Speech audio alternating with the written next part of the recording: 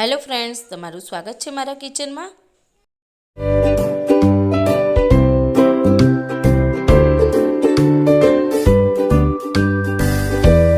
આજે આપણે બનાવીશું ગોટલીનો મુખવાસ। ગોટલીનો મુખવાસ બનાવવો ખૂબ જ ઈઝી છે। ગોટલીનો મુખવાસ ટેસ્ટમાં ખૂબ જ સરસ લાગે છે। એને બનાવવા માટે ખૂબ જ ઓછો ટાઈમ લાગતો હોય છે। આ મુખવાસ એકદમ ક્રિસ્પી અને ટેસ્ટી બને છે। તમે આને બનાવીને સ્ટોર પણ કરી શકો છો। તો એને કેવી રીતે બનાવવો તે જોઈ લઈએ। સૌથી પહેલાં આપણે કેરીની અંદર જે ગોટલા નીકળે છે એને આપણે ધોઈ અને આ રીતે સાફ કરી લેવાના છે। 2 થી 3 દિવસ તડકામાં મૂકીએ એટલે આ રીતે એકદમ સરળ ડ્રાય થઈ જશે। તો આપણે એને કેવી રીતે મુખવાસ બનાવવો તે જોઈ લઈએ। તો ગોટલીને આપણે આ રીતે દસ્તાની મદદથી જે સાઈડની કિનારી આવે છે એના ઉપર આ વજનવાળી વસ્તુથી આ રીતે મારવાનું એટલે ઇઝીલી ખુલી જશે। નાકાના ભાગથી આ રીતે એને થોડો હોલ બનાવી લેવાનો। આ રીતે તમે પ્રેસ કરશો તો એકદમ આખી સરસ ઇઝીલી ગોટલી નીકળી જશે। તમે જોઈ શકો છો સરસ ગોટલી નીકળી ગઈ છે। તમે જોઈ શકો છો અમુક ગોટલામાંથી જે ગંદી ગોટલી નીકળે એને ઉપયોગમાં નથી લેવાની। અમુક ગોટલા આવા ખરાબ થઈ ગયેલા પણ હોય છે તો એને નથી લેવાની। એને આપણે સાઈડ ઉપર મૂકી દઈશું, એને ફેંકી દેવાની છે। જો તમે જોઈ શકો છો બીજી ગોટલી પણ મારે એવી નીકળી છે, એને પણ હું ફેંકી દઉં છું। જે આવી સારી ગોટલી નીકળે એને જ ઉપયોગમાં લેવાની છે। તમે જોઈ શકો છો બધી જ ગોટલીને મેં નીકાળી લીધી છે। જે આ રીતનું પડ આવે છે એની ઉપર એને કાઢી નાખવાનું છે।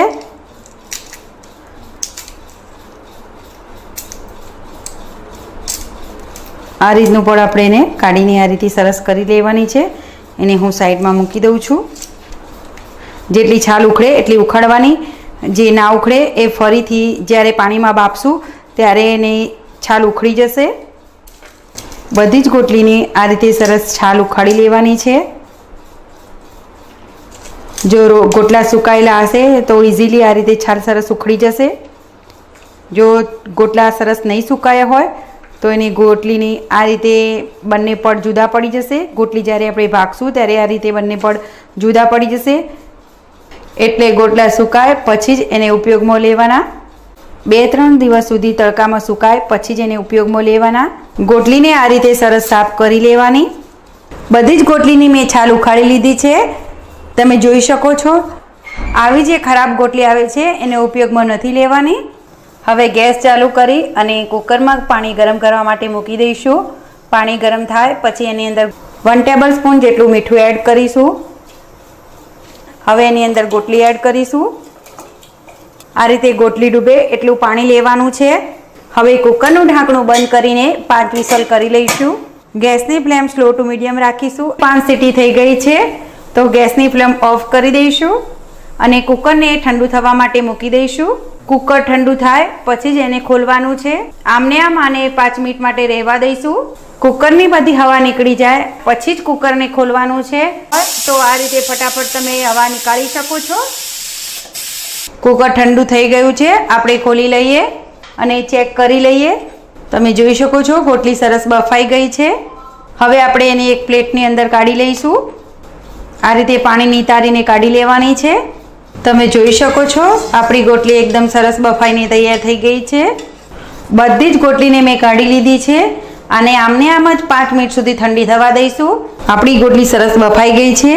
જે એની ઉપર આ રહી ગયું હોય એ આ રીતે તમે કાઢી શકો છો। જે છાલ આની ઉપર રહી ગયેલી હોય એ આ રીતે ગરમ થાય પછી ઇઝીલી નીકળી જશે। ગોટલીને તમે આ રીતે કોટનના કપડામાં પણ નાખી શકો છો। આ રીતે સૂકવી લઈશું તો જલ્દી સુકાઈ જશે, ઠંડી પણ જલ્દી થઈ જશે એટલે કાપવાની અંદર આપણો સમય વધારે નહીં બગડે। ગોટલી ઓઢણીની અંદર સૂકવી લઈશું એટલે ઝડપથી ઠંડી થઈ જશે અને પાણી પણ જલ્દીથી શોષાઈ જશે। કોરી પણ જલ્દીથી ગોટલી થઈ જશે। ગોટલી કોરી થઈ ગઈ છે। હવે આપણે એને કટ કરી લઈશું। હું અત્યારે આ રીતે કટ કરું છું। તમને જે રીતની સ્લાઇસ પસંદ હોય એ રીતની તમે કટ કરી શકો છો। અત્યારે હું મીડિયમ કટ કરું છું। એને ઊભી ચિપ્સ કરવી હોય તો પણ તમે કરી શકો છો। આ જ રીતે હું બધી ગોટલીને કટ કરી લઉં છું। આ રીતે તમે છીણીની મદદથી છીણી પણ શકો છો।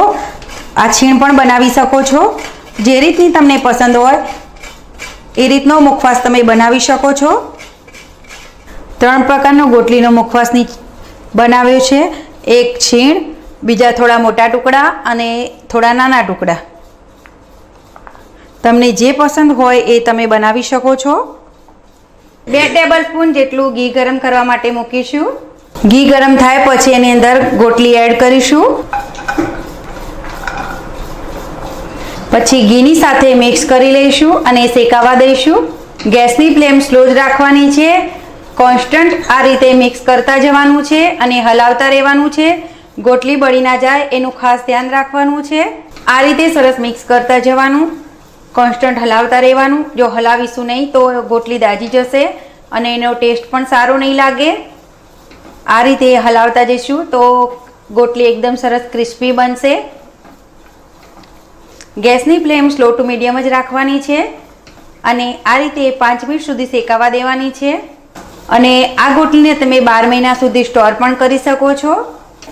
આ ગોટલીને મેં બાફીને તરત જ શેકી છે. જો તમે એક દિવસ બહાર તડકામાં રાખી અને પછી શેકો તો પણ ચાલે. હાફ ટેબલ સ્પૂન જેટલું સંચળ એડ કરીશું. સંચળ એડ કરવાથી એનો ટેસ્ટ ખૂબ જ સરસ આવે છે. તમે મરી પાવડર એડ કરવો હોય તો પણ તમે કરી શકો છો. હવે ગેસની ફ્લેમ ઓફ કરી દઈશું. આપણી ગોટલી સરસ શેકાઈ ગઈ છે. ગોટલી સરસ શેકાઈ ગઈ છે, ક્રિસ્પી થઈ ગઈ છે. આ ગોટલી સર્વિંગ માટે રેડી છે. આઈ હોપ તમને આજની મારી રેસીપી પસંદ આવી હશે. તો મારી ચેનલને લાઈક કરો, શેર કરો અને સબસ્ક્રાઈબ કરો. Thank you. નવી રેસીપી સાથે ફરી મળીશું.